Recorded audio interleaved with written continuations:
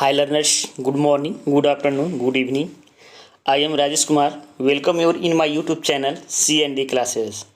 Friends, I am teaching you a book. That name is Communication Skills Second, and I have select from this book the topic. That topic name is Demi Official Letter. So friends, just you see on your screen, and I want to say something about this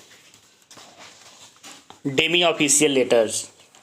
Learners, these are the letters which are written between two officers in different department for inquiry. These are written in order to save time. These have more personal tone but have written on official subject. तो friends यहाँ पे देखते हैं जो Demi letter का अगर हम हिंदी अर्थ देखते हैं तो हम पाते हैं इसका अर्थ वह होता है अर्ध सरकारी पत्र. इस अर्ध सरकारी पत्र की अगर हम बात करते हैं तो हम पाते हैं कि यह जो पत्र होता है दो विभाग के बीच में लिखा जाता है और इसका उद्देश्य सीधे होता है पूछताछ के दरमियान, पूछताछ के संदर्भ में पत्र को लिखना. और यह जो डेमी ऑफिशियल लेटर लिखा जाता है, हर सरकारी पत्र जो लिखा जाता है, इसमें टाइम की सेविंग बहुत अधिक होती है. और यह जो पत्र होता है पर्सनल एक लहजे में लिखा जाता है, और लेकिन इसके सारे जो मेथड होते हैं वो ऑफिशियल सब्जेक्ट को क्या करते हैं, प्रीफर करते हैं. तो लर्नर्स इसके आगे हम आएंगे, देखेंगे इसके क्या उद्देश्य हैं, किस पर्पस से लेकर के हम इस और डेमी ऑफिशियल लेटर को लिखते हैं. तो screen page you are seeing just object of DO letters. Friends यहाँ पे जो DO है इसका फुल फॉर्म होगा डेमी ऑफिशियल. तो अर्ध सरकारी जो पत्र लिखा जाता है उसके क्या क्या उद्देश्य होते हैं, ऑब्जेक्ट को किस ऑब्जेक्ट को लेकर के लिखा जाता है. सो लर्नर्स में एक हेडिंग के तहत हम चर्चा करेंगे. छोटी छोटी हेडिंग हैं, नंबर्स हैं इसके. लिखा है they are written to get information और thing done at the earliest. कह रहे हैं मतलब इसका अर्थ यही होगा कि जब भी कोई कार्य होता है, जब भी कोई कार्य करना होता है तो इस पत्र को लिखने के लिए, इन्फॉर्मेशन को प्राप्त करने के लिए, और जब भी कोई ऐसी चीज़ घटित होता है, जब कोई कार्य होता है तो उस तत्कालिक कार्य की सूचना को देने के लिए हम इस पत्र को लिखते हैं. पहला इसका हो गया. लर्नर्स यहाँ पे दूसरा जो हम यहाँ पे बात करने वाले हैं, कह रहा है they are written to involve the personal attention of correspondent by ignoring the usual लेजेथी ऑफिशियल प्रोसीजर. सो लर्नर्स यहाँ पे ये कह रहा पत्र जब दो लोगों के बीच में सावधानी को लेकर के जब भी कोई पत्राचार होता है, लिखा जाता है, तो उनके बीच में जो कह सकते हैं इग्नोरिंग जो यूजुअल बहुत हैपनिंग होती रहती, प्रक्रिया के रूप में आती रहती थी, इसको समाधान के दृष्टिकोण से हम डेमी ऑफिशियल लेटर को लिखते हैं.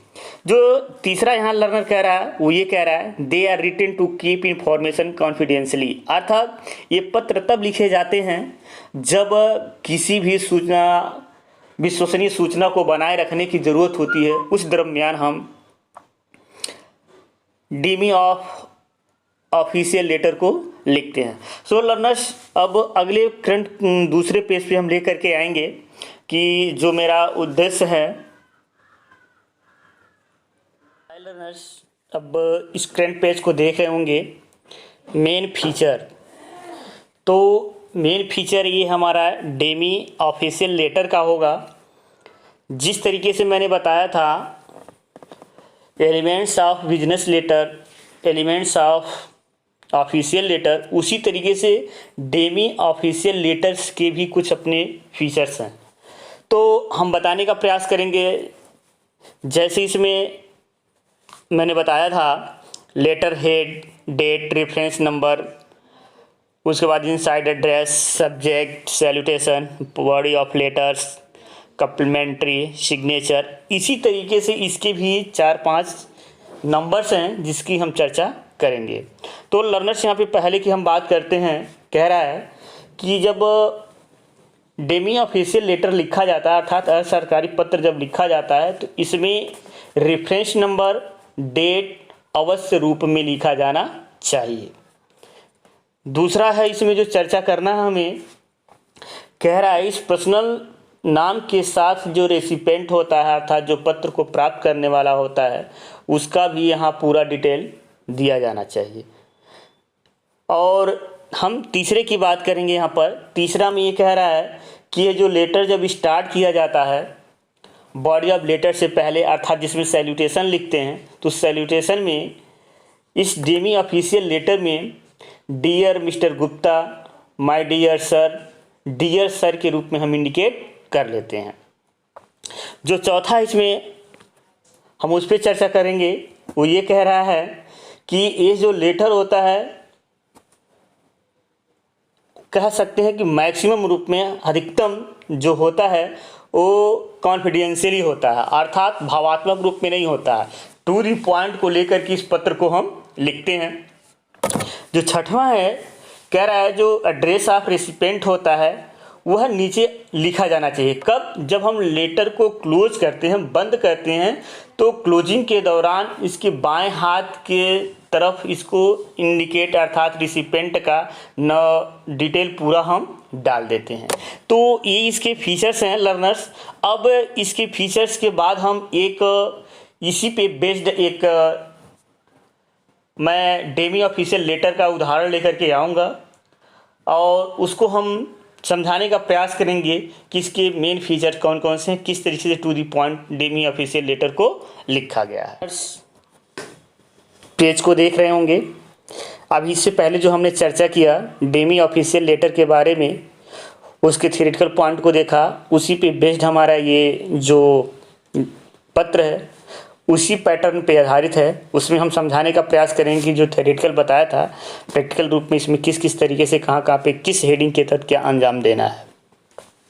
तो लर्नर्स यहाँ पे देख रहे हैं एक लेटर लिखा है, यहाँ पे दिखाई दे रहा होगा, लिखा है women welfare department Nainital commission Lucknow Uttar Pradesh. यह एक पत्र है, एक संस्था है, उसके द्वारा ये पत्र लिखा गया है। इसके बाद से यहाँ बता रहा है कि जो पत्र भेज रहा है जिसका नाम है Shefali Singh, secretary Nainital commission for women Lucknow. यहाँ पे हमारा डेट लिखा हुआ है और इसके नीचे आते हैं फ्रेंड्स, यहाँ पे देख रहे होंगे इस वाले लाइन से जिसको पत्र ये प्राप्त करना है अर्थात जो रेसिपेंट है उसके पास से पत्र जाना। तो है कौन? Mister Ashish Agrawal, superintendent engineer irrigation department Lucknow. और यहाँ पे रेफरेंस नंबर यहाँ पे दिया है लर्नर्स, जो देख रहे हैं DO लिखा है, लेटर है 9H/51/2017। ये रेफरेंस नंबर के रूप में यहाँ पे दिया है। अब इसके बाद हम आगे से चर्चा करने वाले हैं, इसमें जो पत्र लिखा गया है उसमें बताने का प्रयास किया जा रहा है। मिस्टर अग्रवाल से पहले यहाँ डियर लगाया, सैल्यूटेशन वाला हमारा पार्ट है। सैल्यूटेशन के बाद जो मेरा स्टार्ट होता है बॉडी ऑफ लेटर होता है, तो बॉडी ऑफ लेटर की ओपनिंग लाइन से हम यहाँ पे प्रारंभ करने वाले हैं। इट वाज नियरली 3 months एगो, मतलब लगभग 3 महीने पहले का समय था। That I refer to you complaint Pratibha Sharma against discriminatory treatment given to her your office. बताने का प्रयास किया जा रहा है कि मैंने अभी हाल ही में एक शिकायत पत्र में भेजा था जो प्रतिभा शर्मा के अगेंस्ट आपके कह सकते हैं ऑफिशियली जो आपके जो ऑफिस कार्यालय है उसमें जो विभेदन कह सकते हैं व्यवहार के रूप में जो व्यवहार आचरण ठीक रूप न होने के अगेंस्ट में प्रतिभा शर्मा के द्वारा दिया गया था एक शिकायत, उसी के संदर्भ में बताने का प्रयास करता हूं कि I hope you have complaint. मैं उम्मीद करता हूं कि आपने इसे पूरा कर लिया होगा। The inquiry into matter by now, अर्थात जो प्रतिभा शर्मा के अगेंस्ट जो भी इस तरीके से व्यवहार के रूप में जो भी इस तरह से आपके द्वारा ऑफिस के द्वारा जो भी इस तरह से खामियां पाई गई थी, जो विभेदन व्यवहार पाए गए थे, उसमें सारे जो इंक्वायरी का काम है वो समाप्त हो गया होगा।